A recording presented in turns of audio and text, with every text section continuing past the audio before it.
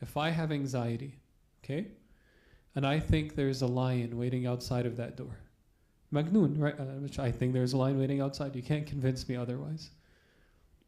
Do I actually feel that way? Yeah, I do. I actually feel that way. Is it a correct feeling? No. Now, what the world does is it kind of combines the two. So when we're outside, this is what the world is so good at confusing us with. They're saying, you feel this way, then it must be true. That's ridiculous. That's the dumbest thing ever. Because not everything you feel is accurate. There is no way. Imagine if you woke up and you thought you were Superman. You're going to jump off the roof? What's going to happen? Now, I'm exaggerating a little bit.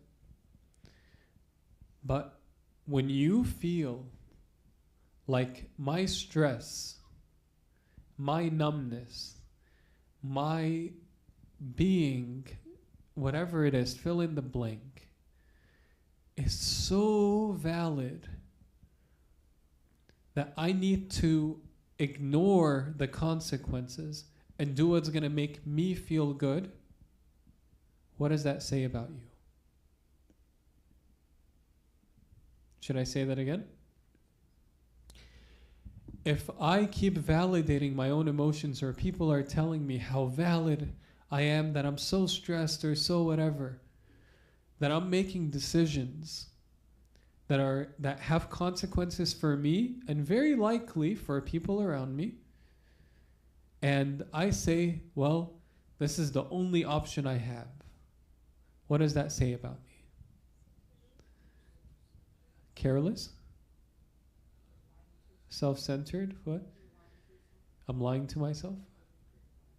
Okay, so who am I focused on? Me. I've now made it about me. Now, the reason this is so important spiritually is everything that the church offers us. It first comes when we're little kids. What's one of the first stories we learn? Adam and Eve. And why is that story so important? Like actually, like for you and I. What does it tell you about yourself? That you were created. You were not made by accident. You did not come here by accident. It's not because your parents want to torture you, although that's arguable, right? But it's because God created you. And not only does He create you, He creates you to be like Him. And the thing that we all do is we're like, what does that mean? And we just throw it away. And I'm not asking you to raise your hands, okay? Don't raise your hands. But how many of you have sat down and thought about that? Said, like, what does it mean that I'm created by God? What does it mean that I'm made in His image? Like you were saying earlier. Is it Verena? What? Perrine? Is that a new name? Perrine? Oh, okay. You guys know Perrine? Okay. I'll introduce you.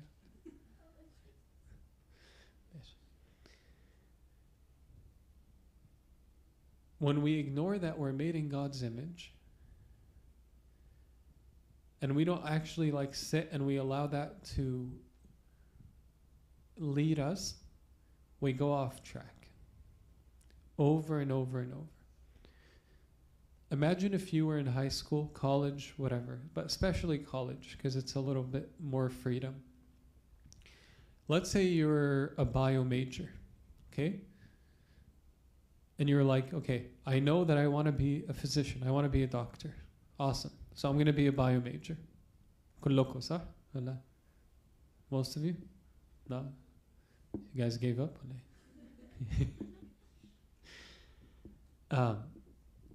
I wasn't, so I'm good. imagine if you're a bio major and you're like, well, but I'm going to keep taking all these random classes. When it comes time to graduate and you look at your credits, what's going to happen? Yeah, the counselor is going to look at you and say, what? You didn't take the classes you needed. You're not going to get your degree in bio. You'll say, but I was attending college. So yeah, but you were attending like anthro classes and then random Marafsh PE classes and basketball and art and history, and you didn't take any of your bio classes. You're like, but I was at school. But you weren't focused on where you were supposed to go. And the world is very good at doing that to you and I. It's very good about making us forget who we are. It's very good about making us say, you know what? Just have fun. Because remember, what should you make decisions based off of? How you feel. Always make decisions based off how you feel. Not where you're going. It's like if I put you on the road and I was like, just go. Just go. And you're like, I don't know where I'm going. I'm like, don't worry. You'll figure it out. Are you going to get anywhere? No. You need direction. And when we don't acknowledge that in our life, which, forgive me, I think that's one of the biggest problems right now, is we don't allow people to give us direction. Because I know what I'm feeling, and the answers are close enough where I can get them if I want. So when someone comes to give me advice, whether it's mama or baba, whether it's abuna, whether it's my servants, or like, I know what I'm doing. I know what I'm doing. And we like to kind of put this weird line, right? We make these like really terrible statements, and I'll tell you why they're so bad. We say things like, I'm not hurting anyone, and I'm not doing anything really bad. Those two statements alone tell you you're empty. Why do they tell you you're empty? Because what did we say an empty person is focused on? Themselves. Yeah. Themselves. Type. We'll keep it moving. Actually, that's why I gave you my word.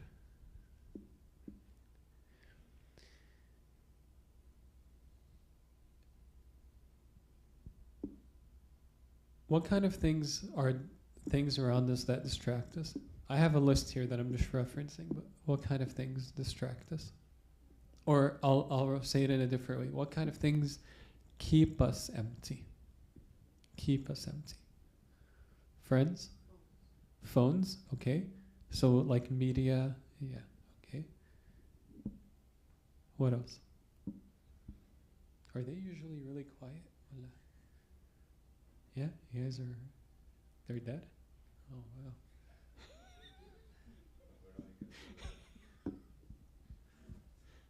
What kind of things keep us distracted, guys?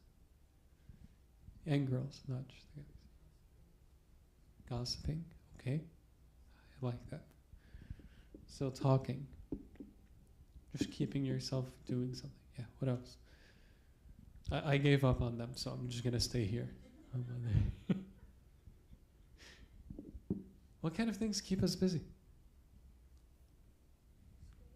School, good. Good. What else? Family, you hate your family? Yeah? No, I'm kidding. Yeah, it could be family. You're right. Could be. Can I rephrase some of those? I'll just say unhealthy relationships. Okay? So when a relationship pulls you so much that it creates problems in your life. Right. Very good. I have just some stuff here, and I'll read it out loud, and if you like disagree very strongly, just yell, okay? Constant entertainment. So meaning I cannot sit without anything. I'm bored. That you looked away like you just, this This just happened recently to you? You had this conversation with your parents, huh? They said, put your phone down, and you were like, I can't. Okay. Food. Food. If you find yourself constantly snacking or consuming something, Perla, not you. Not you. Don't worry. Because I know you were going to say you, but I don't mean you. One of the ones that we already talked about, substances. And it's not necessarily drugs. There's a bunch of stuff. Pornography. So things that keep us focused on ourself or our body. Some of the ones we don't think of are control. Keeping control, meaning I always want to have control. Like I need to know where everything is all the time, what everyone is doing. Just like I have to. I need this. Well, even if it's not FOMO, I need to know what's going on, or else I don't feel reassured, right? And like wives do this with their husbands a lot. This is no, I'm kidding. For all the wives, I'm kidding.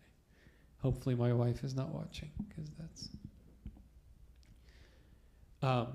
And a part of that is just overall being very busy.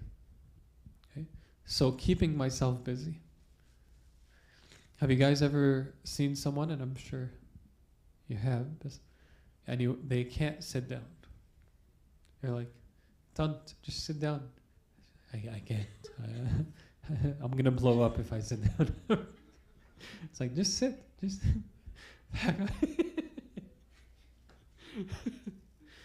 feels like something like catastrophic is going to happen if this person sits down.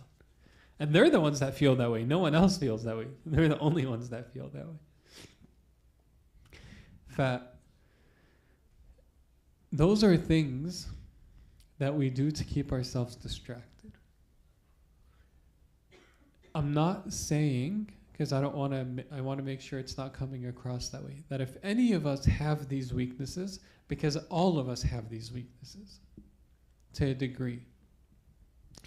But when we're not acknowledging them, we're not saying, you know what? Social media is something I really spend a lot of time on. Instead, I say something like, all my friends are doing it. It doesn't make it right. That's not how you measure if something is good or not. And you guys are not young enough to still say those things. If you were in elementary school, okay, ماشي ممكن. I would be able to say, okay, you still don't fully get it. But by the time high school comes around, you should be able to know that just because everyone does something, that's not the right thing. But it goes back to a really critical question. How do you know what the right thing to do is? How do you know the way is the way that you should walk? I'll rephrase it back to what we were just talking about.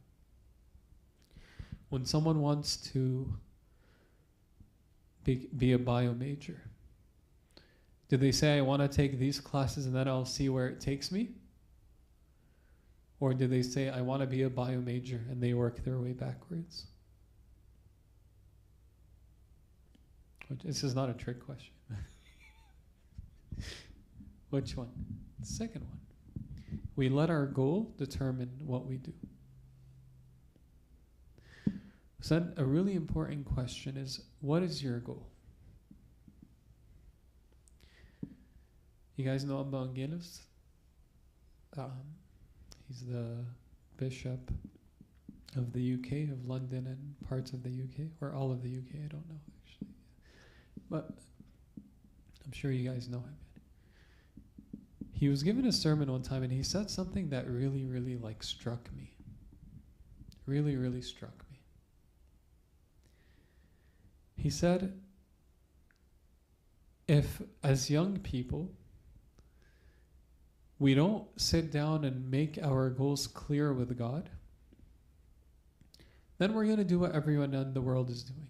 Okay, fair enough. He said, but the scary part is when some of us, and this is not a criticism, when some of us decide heaven is not for us, and we make that decision.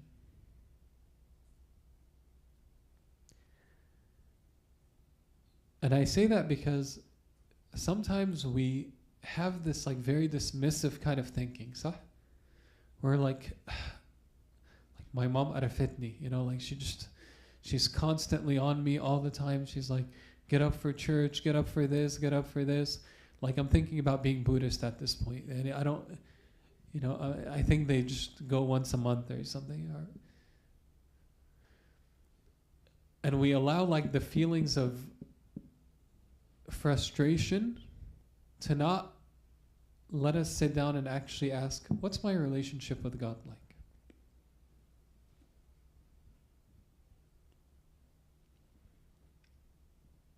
Am I working towards heaven or not? You know, when there's like a new monk or nun, you know what they like do to them in the monastery? Like they say they, you know, I've never been in that position, but they say they test them. They test them, meaning they put them through difficult situations to see whether or not they really want to do this. Because if they really want to do it, what are they going to do? They're going to what? They're going to obey. And what else? They're going to stick around. Even if they feel insulted, even if they're not going to let that change their goal.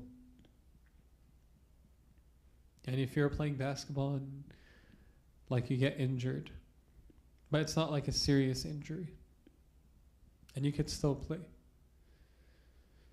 do you say, khalas, I'm done for like basketball for life? Or do you just say, malish, I can play through the pain? This is what they do. They want to make sure that someone can play through the pain. Because when someone can play through things, it shows that they're focused on the right thing.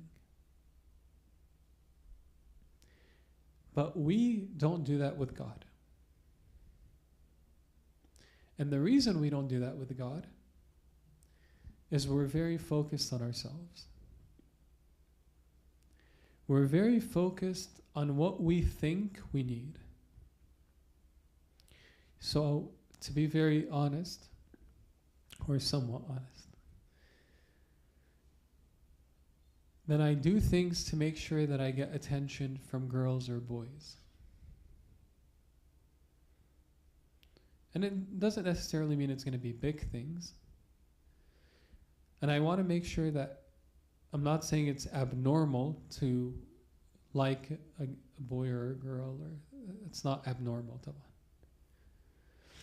But it's when I make that the focus of who I am. And we could easily do that without realizing it. Because you'll find that you're obsessing over that person in your thoughts. You're obsessing over them in a lustful way. You're obsessing over how so-and-so also likes them, and you want that person dead, right? And you're planning their murder. Right? Are those healthy things? No. I feel like I'm worrying you. So? No, I'm concerning you a little bit. What's your name? Jan? Have you met Perla?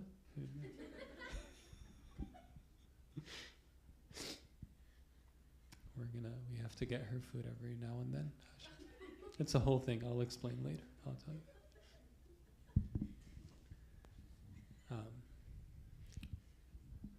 This is being recorded too. This is going to be, yeah. I told him not to record it, and then I hope you have good hacking skills to take it off later.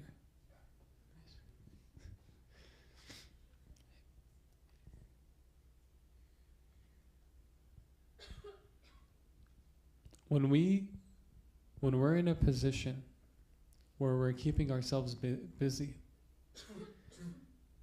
And I want you to think of like your day very quickly.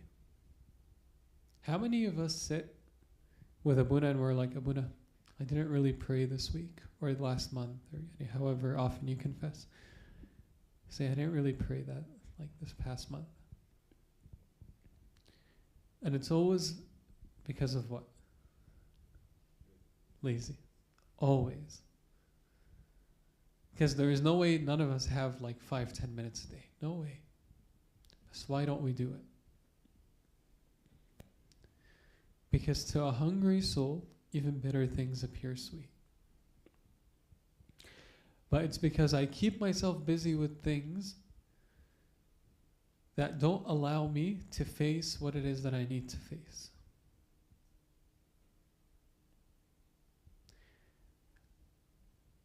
Like as someone very intelligently said, they said, I don't want Christ to flip over my tables like he did with the money changers. Remember what Christ did when he wanted to clean the temple? They were living a certain way. And what does he do when he comes in? He says, that this shouldn't be here. And you'll find that there's a lot of that in you and I. And I mean that. In you and I, not just you. That there are things we just kind of put a stop to God in. Like maybe when it comes to pornography, I'm like, God, this is the one thing that's very hard for me to do. So, like, I rely on it when I'm stressed. This is the one thing that when I'm stressed, this is the only thing that like I can do. But in Psalm 120, you guys know Psalm 120? How does it start? I have looked up to the mountains. And then it asks a question in its original translation. It says, from where shall my help come from? Like David is contemplating. So he looks up to the mountain. He says, where shall my help come from? Is it the mountains? Are mountains helpful? Maybe. Do you know something I don't? Crystals? إيه؟ Geographically ممكن صح. It says, I looked up to the mountains, from where shall my help come from?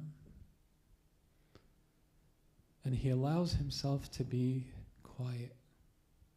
He allows himself to be alone with God. And what does he quickly realize? It's the very next verse. It says, my help comes from the Lord, my God. He feels it. But it's because he allows himself to be bored. He allows himself to be alone. He doesn't constantly need someone or something, which is what we always do to ourselves. Even if, I don't know if all of you drive, but if some of you drive, as soon as we go in the car, we have to turn something on right away. Even if it's like a liturgy or hymns, I'm not saying, again, I don't mean those things are bad. Obviously. But ask yourself, am I doing it to benefit, or am I doing it just to have background noise? I hate just sitting in silence.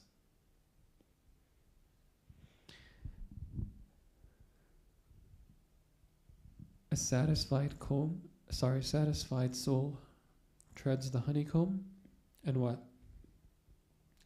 But to a hungry soul, every bitter thing appears sweet. Not is sweet. Appears sweet. Yani it's a mirage. It's not true. It just appears that way.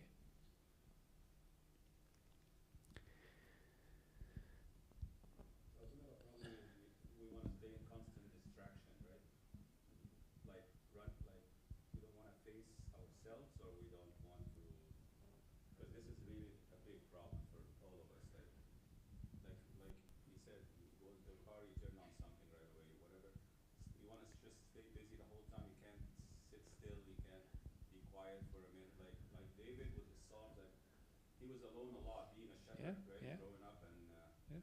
doing all the psalms. He was meditating a lot, right? He was alone a lot, and that helped him, right? So how did we get to this point? Like, we don't want to be alone. We don't want to, or like, we're running away from ourselves. But this is really, really, you touched on a really big problem. Yeah. So your question is, how did we get to this point? Yeah. Why do we do this? Why do we want to be always on the run and not focus or think for a minute? Or if this is a universal problem. Yeah, well, it's exactly how it's a universal it's one of the problems of our time. Yeah. Right? And every time period has a problem. This is going to be one of our biggest problems. And the next generation, like the people right now who are like 3, 4, they're going to have different problems because they're going to grow up with robots, right? And what is that going to? What problems are those going to? No. Yeah, that's gonna create new problems. What are those problems? We don't know yet. But our problem came because of social media, because everything has to be close. And everyone that grew up without a phone, myself included, until I was in my late teens, or which is not hard, it's still early. But anyone that grew up without a phone never felt like they needed it. It's only when they gave it to us that we were like, I can't live without it. And that's how it is with everything. That's how it is with everything. But something really weird is happening, okay? And I'm just telling you this to think about. The easier life is getting, and this is like true, this is like scientifically true. The easier life has been getting, on average, people are getting more depressed and more anxious. Right? You agree with me? And it raises the question that makes no sense. But it makes perfect sense when you remember that we were not created to be alone. That God created us in His image and likeness, and He told Adam what? It is not good for man to be alone. And so He creates him, Eve. So we're social beings. And when I take that away and I give you the impression of being social on social media or texting or marafshi, then you think you're fulfilling something and you're not. But you need more of it, more of it, more of it. And I know it doesn't feel that way, but I challenge you. I challenge you. If you could put your phone away for 2 days, not 1 day, 2 days, and see how you're feeling towards the second half of the second day. You're going to feel much more calm than you felt in a very long time. Because you're going to forget about it. Even if it's just for 1 hour, and then you're going to remember it again, but you're going to forget about it. And you know what happens when we're bored? The craziest thing. We do useful things. Craziest thing. You have someone that's bored and you leave them with some books, guess what they're going to do? Read. Like some people might use the books to cut themselves, but most won't do that. If they really, really hate books. No, I'm kidding.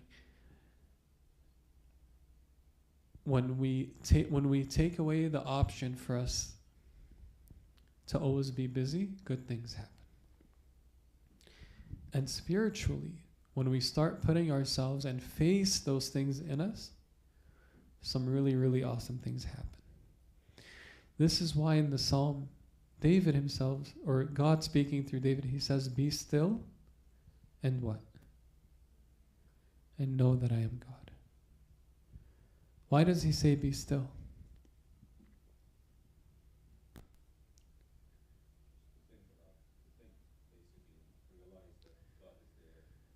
Yeah. Because God is a very gentle and loving presence. And he will never force himself on you, ever. He will send mama to do that. He won't do that. You remember what happened with Moses when he told him, I want to see you? You guys remember the story of Moses? And the fire came and the earthquake and all of that and the whirlwind. And then it said God came in the what? The stillness and the whisper. Yeah. That's where God comes.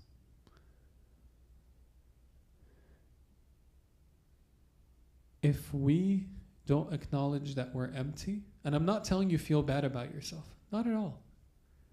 No, I don't want you to walk out here and be like, I'm so empty and now I'm sad as well. Like, we didn't do it. No. But I want you to really face up to yourself. Yani man up, woman up, yeah? Like, we gotta toughen up. I think girls are tougher than boys now, صح? They are, صح? Well, until you guys are tougher than them. You're tougher? Oh, good. No? No sonos? Now, we want you guys to be tough. Everyone. Yani we want... There's a difference between being kind and being tough. Yani we don't want people who go with whatever is happening. We don't want people that just go with whatever the world is teaching. You know who did this fairly well, but he was a little bit rude? God rest his soul, Charlie Kirk. He was good that he used to say, this is wrong and this is right. He was really good about that. I know we never do that. Someone asks us something and we're like, I don't know if it's right or wrong. You know. You know, you just don't want to say something is right or something is wrong. But we need to toughen up a little bit. Because when we do, your light is going to shine. That's why Christ said you're the light of the world. He didn't say he's the true light, Taban. But he didn't say that he's going to send angels that will appear. He said you are the light of the world. That means that's a responsibility on you. Especially you, Perla. It's on you. It's on you to say, I'm responsible for everyone around me. Like, are you responsible for this church? Yeah. You absolutely are. Is Abuna the only one responsible? No. He's responsible through the priesthood. That's a different thing.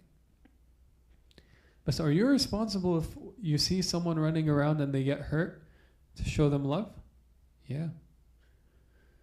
Are you responsible when you know that one of your brothers or sisters needs something? Yeah. And the world is going to teach us, especially right now, mind your business. No. Minding your business means that we don't have to ask about details of people's life. But it doesn't mean you don't serve them. You have to serve the people around you. And the people that do, and we're going to talk more about this in the second talk, but the people that take this on start to see Christ. So I'm going to, it's not the reverse, even though it can be, but most of the time it's not. So it's not, I'm going to wait for God to give me a revelation, right? I'm going to have a dream tonight. St. Mary's going to appear to me and she's going to say, I want you to serve my church. That's awesome if she does that. But that's not what's going to happen. You know why? Because you have the Bible. And the Bible made you responsible. The Gospels made you responsible. And you guys have this really awesome church. We all have this really awesome church that teaches us its teachings from the Gospel. And from the saints that lived it, one after another after another.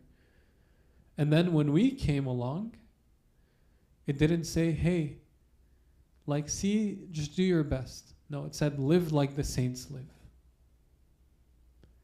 And when we live like the saints, the most amazing things happen. We start to feel full like the saints. We start to see God in everything like the saints, because those are not secrets.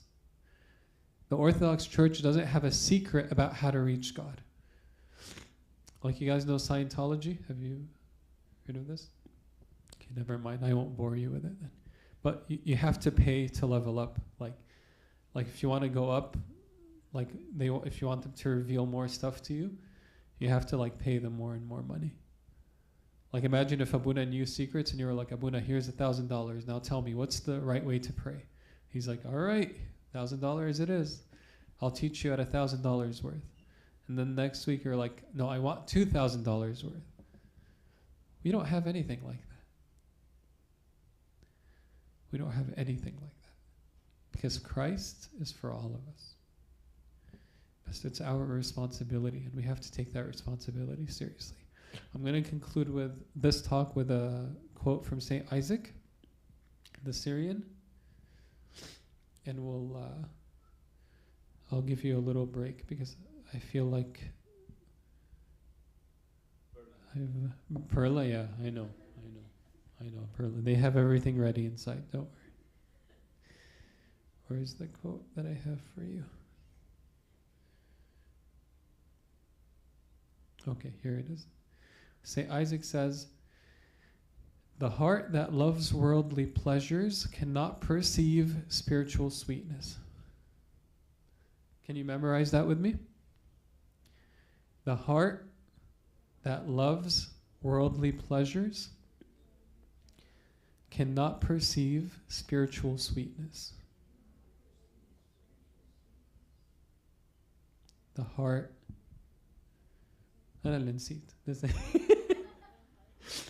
The heart that loves worldly pleasures cannot perceive spiritual sweetness. So if I rephrase it, the person who keeps themselves busy with the things of this life, the things of the next life, are going to be nothing. Yeah. St. Paul says it in a very, in-your-face way. He says, the person who's far from God, he says the spiritual things are foolish to him. You know what foolish means? Like stupid. It says the person who is focused on everything around them, they're keeping themselves busy with everything. When I come and I say, hey, let's pray, that's going to sound stupid. It's going to sound like a waste of time. Because they haven't tasted spiritual sweetness. I'm going to end on this note for this talk. Give you a little break. What should we say? 15, 20 minutes? I don't remember. No? No, whatever. Half an hour? 3 hours? They cancel it? Okay. 10 minutes? Khalas, 10 minutes. Okay?